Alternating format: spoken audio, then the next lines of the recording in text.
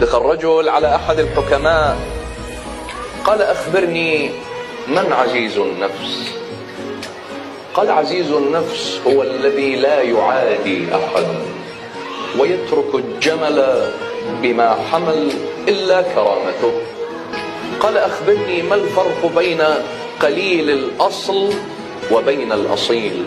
قال: قليل الأصل من لا يؤتمن في صداقته، والأصيل من يؤتمن في عداوته. الله.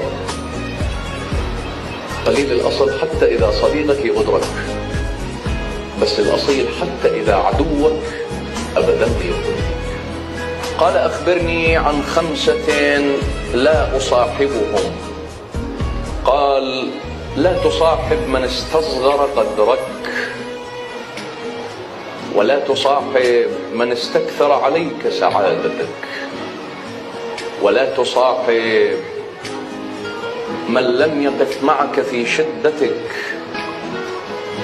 ولا تصاحب من يريك وجها ويبطن وجها آخر، وإياك ومسايرة من لم يخف من الله. الله.